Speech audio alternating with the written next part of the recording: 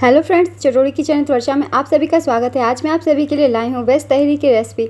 बहुत ही simple recipe है। इस वेज तहरी को बना के आप बिरयानी और पुलाव भी खाना भूल जाएंगे। तो चलिए बनाना शुरू करते हैं। सब्जियों के सीज़न आ गए हैं, रंग बिरंगी सब्जियाँ आपको मार्केट में दिख रही होंगी, तो आप बना लीजिए ये सिंपल सी वेज तहरी। साथ ही मैंने इस वेज तहरी में ना ही लहसुन का यूज़ किया है ना ही प्याज का, मगर फिर भी ये ज़बरदस्त है। तो चलिए हम बनाना शुरू करते हैं। अगर आप चैनल पे पहली बार आए हैं तो चैनल को ज़रूर सब्सक्राइब कर लीजिए और साथ ही इस रेसिपी को लाइक भी ज़रूर कर दीजिएगा। इस तरीके की सिंपल रेसिपीज़ आप सभी को हमेशा मिलते रहेंगे और आप सिंपल से खाने को टेस्टी बनाते रहेंगे। तो चलिए बनाना शुरू करते हैं। इस वेज तहरी को बनाने के लिए फ्रेंड्स सबसे पहले ले लेंगे हम चावल। जिस चावल की आप पुलाव या बिरयानी बनाते हैं आप वही चावल ले सकते हैं। तो ये देखिए मैंने ले लिया है, इसे मैंने 2 ग्लास लिया है। अब इसे मैं पहले वॉश कर लूँगी और इसे आधे घंटे तक भिगो दूँगी। तो इसे पहले वॉश कर लीजिए और इसे भिगो दीजिए। तो ये देखिए मैंने इसे वॉश कर लिया है और इसे आधे घंटे के लिए भिगो दिया है। इस बीच में आपको सारी तैयारियाँ कर लेनी है। तो आपको कट कर लेने हैं कुछ सब्जियाँ आप अपने पसंद की चीज़ें ले सकते हैं, आपके पास जो भी हो। मैंने ले लिए हैं फूल गोभी। इन्हें मैंने थोड़े बड़े पीसेस में काट लिए हैं वॉश करके। तो इस तरीके से फूल गोभी ले लीजिएगा और इसी के साथ कुछ सब्जियां और लेंगे। आप जो भी हो मार्केट में उपलब्ध वो ले सकते हैं, आप सिर्फ आलू की भी बना सकते हैं। तो मैंने ले लिया ये हरे मटर, 3 टमाटर मैंने काट लिए हैं और साथ ही मैंने 2 आलू भी काट लिए हैं लंबे लंबे पीसेस आप छोटे बड़े अपने मर्ज़ी के अनुसार कर सकते हैं। मैंने लंबे लंबे काटे हैं। साथ ही मैंने काट लिया है हरी मिर्च और अदरक मैंने ग्रेट कर लिया है। साथ ही 2 गाजर काट लिए हैं, कुछ बीन्स काट लिए हैं। तो इतनी सब्जियां मैंने ली है। इसमें से आपके पास जो ना हो वो आप हटा सकते हैं, बिल्कुल जो हो उसी से बना लीजिएगा। तो चलिए बनाना शुरू करते हैं। तो वेज तहरी बनाने के लिए सबसे पहले मैंने कुकर ले लिया है और इसे गर्म कर लिया है मीडियम फ्लेम पे। मैं कुकर में ही बना रही हूँ, आप सेम प्रोसेस से कढ़ाई में भी बना सकते हैं। तो कुकर में सबसे पहले डालेंगे रिफाइंड। अगर आप घी में चाहते हैं तो घी में भी बना सकते हैं, उसमें भी ज़्यादा टेस्टी बनेगी, मगर ऑयल से ये ज़्यादा हेल्दी होगी। तो बिल्कुल जितनी वेज तहरी आप बना रहे हैं उस अनुसार आप तेल डालें कुकर में। तो मैंने डाल लिया है। अब इसे थोड़ी गर्म कर लेंगे। इसमें मैं ऐड कर रही हूँ कुछ सूखे मसाले ऐड करना ज़रूरी है क्योंकि मैं लहसुन और प्याज का यूज़ नहीं कर रही हूँ। मैंने ले लिया 2 तेज़पत्ता, जीरा, लौंग, इलायची, दालचीनी और 1 बड़ी इलायची। आपके पास कुछ और भी हो खड़े मसाले तो आप वो भी ले सकते हैं, या फिर इसमें से जो चीज़ें आपको पसंद ना हो वो आप स्किप कर सकते हैं। इन सारे मसालों को हम डाल देंगे ऑयल में और इन्हें चटका लेंगे। बिल्कुल मसालों को जलाएंगे नहीं, मीडियम फ्लेम पे इन्हें हमें भूनना है। इन मसालों को हमें जलानी नहीं है, बस हल्की सी गर्म करनी है। तो ये गर्म हो गई है गर्म ऑयल में। अब इसमें हम डाल देंगे हरी मिर्च जो हमने काट के रखा हुआ था। अभी सिर्फ हरी मिर्च ही डालेंगे, अदरक अभी नहीं डालेंगे। सिर्फ हरी मिर्च डाल के हरी मिर्च के साथ इन मसालों को भून लेते हैं। कम से कम 1 मिनट हम इन्हें भून लेंगे साथ में। तो बीच बीच में चलाते हुए इन मसालों के साथ हरी मिर्च को भून लीजिए, लगातार चलाते हुए देखिए हरी मिर्च भून चुकी है। बस इतनी ही हमें भूनी है, इससे ज़्यादा नहीं। तो जब इस टेक्सचर की हो जाए मसाले तो अब हम इसमें डालेंगे आलू को भूनना बहुत ज़रूरी है अच्छे से। तो सबसे पहले डाल दीजिए आलू को अच्छे से डाल दीजिए और इन्हें हम भूनेंगे। और इसी के साथ मैं इसमें ऐड कर दे रही हूँ गोभी।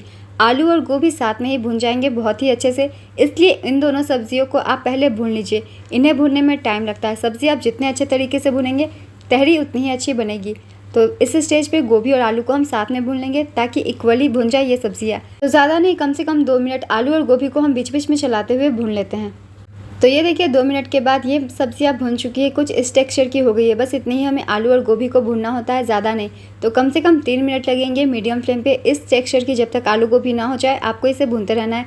अब हम बाकी की सब्जियों को ऐड कर देते हैं। तो मैं डाल दे रही हूँ इसमें सबसे पहले गाजर को इसमें डाल दीजिए। इसके बाद हम डाल देंगे बीन्स। इसके बाद हम डाल देंगे अपने छिले हुए मटर। इसमें से जो भी सब्जियां ना हो आपके पास उसे आप स्किप कर दीजिए। अब इन सारी सब्जियों को साथ में भी हमें भूनना है कम से कम 2 मिनट, ज़्यादा इन सब्जियों को नहीं भूनेंगे। मेनली हमें भूनना होता है आलू को और गोभी को, अगर आप डाल रहे हैं तो बस इन्हें डालने के बाद 2 मिनट हमें भूनना है बस इन सब्जियों को। तो बीच बीच में चलाते हुए इस स्टेज पे जब हम सारी सब्जियां डाल देते हैं तो हम ज़्यादा करछी नहीं चलाएंगे, बस हमें बीच बीच में चलाते हुए सब्जियों को भून लेना है। तो ये देखिए बीच बीच में चलाते हुए सब्जियां जो है भून चुकी है, सॉफ्ट हो गई है। बस इतना ही हमें भूनना है। तो एक बार इसे मिक्स कर लीजिए, चला लीजिए। अब हम कुछ मसाले इसमें ऐड कर देते हैं। तो अब हम इसमें डालेंगे सबसे पहले हल्दी आधी चम्मच जितना कश्मीरी लाल मिर्च। क्योंकि मैंने हरी मिर्च का इस्तेमाल किया है इसलिए कश्मीरी लाल मिर्च डाल रही हूँ, आप चाहे तो लाल मिर्च भी डाल सकते हैं। तो लगभग 1 चम्मच जितना मैंने कश्मीरी लाल मिर्च का इस्तेमाल किया है। और अब इसमें डाल देती हूँ धनिया पाउडर हमें भर के 1 चम्मच इस्तेमाल करना है। और अब डाल देंगे नमक को डाल दीजिए स्वाद अनुसार। मैं नमक को 2 भागों में डालूंगी, एक बार डाल रही हूँ अभी ताकि सब्जियों के अंदाज से, और एक बार लास्ट में डालूंगी जब पूरे पानी डाल के अंदाज होगी उससे। तो 2 बार मैं नमक का इस्तेमाल करूंगी। अब मैंने डाल दिया है टमाटर अपने कटे हुए। इन सारी चीज़ों को डालने के बाद इन सब्जियों को हमें ज़्यादा नहीं, बस 3 से 4 मिनट मीडियम फ्लेम पे भून लेना है। ताकि सब्जी और मसाले अच्छे से भुन जाए। तो बीच बीच में चलाते हुए इन सब्जी को 3 से 4 मिनट भून लेंगे। तो 3 से 4 मिनट के बाद सब्जियां भुन गई है, तो अब हम इसमें डाल देते हैं अपने ग्रेट किए हुए अदरक। मैं अदरक का यूज़ अभी इसलिए कर रही हूँ ताकि इसका टेस्ट बरकरार रहे, बिल्कुल उभर कर आए। और मैं इस स्टेज पे इसमें डाल रही हूँ 2 मैजिक मसाला। मैजिक मसाला डालना बिल्कुल ऑप्शनल है, अगर आपको ना पसंद हो तो आप ना डालें, या इसके बदले आप सिर्फ गर्म मसाले का भी इस्तेमाल कर सकते हैं। मैं 2 पैकेट यूज़ कर रही हूँ, इससे आपकी तहरी का बहुत ही ज़बरदस्त टेस्ट आता है। तो आप एक बार ज़रूर इसे डाल के देखिएगा, आप सभी को ये बहुत ही ज़्यादा पसंद आएगा। तो 2 पैकेट मैंने मैजिक मसाले का इस्तेमाल किया है, तो आप भी कर लीजिए। अब इन मसालों को डालने के बाद हमें इन सब्जियों को ज़्यादा नहीं भूनना है, तो फिर से हम बस 2 मिनट इन सब्जियों को बीच बीच में चलाते हुए भून लेंगे। गैस का आँच हमें मीडियम रखना है। आप चाहे तो अगर सब्जियां सतह पे चिपक रही हो तो थोड़ी सी गैस का फ्लेम लो भी कर सकते हैं। तो बस 1 से 2 बार से चला के 2 मिनट भून लीजिए। हल्के हाथ से चलाते हुए इन सब्जियों को भूनना है ताकि सब्जियां टूटे ना। तो बस 2 मिनट मैंने सब्जियों को भून लिया है, ये देखिए अच्छे से ये भून गई है। तो बीच में एक बार इसे अच्छे से आप मिक्स कर लीजिए। इसे मिक्स करने के बाद हम इसमें डालेंगे चावल अपने भिगोए हुए। हमें चावल को छान के निकालना है, पानी के साथ ही इसमें नहीं डालनी है। तो सारे चावल को निकाल कर इसमें डाल दीजिए और इन चावलों को हमें मसालों के साथ अच्छे से मिक्स करना है। तो चावल को डालने के बाद हमें ज़्यादा नहीं भूनना है, बस जब तक मसाले अच्छे से चावल को कोट ना कर ले तब तक इसे हमें भूनेंगे। तो बस इसे हल्के हाथों से चलाते हुए मिक्स कर लीजिए। तो जितने भी चावल है सबको पहले मिक्स कर लेते हैं। तो ये देखिए चावल अच्छे से मसालों के साथ कोट हो गई है, बिल्कुल सारे चावल अच्छे से मिक्स हो गई है मसालों से और सब्जियों से। तो अब हम इसमें डालेंगे पानी।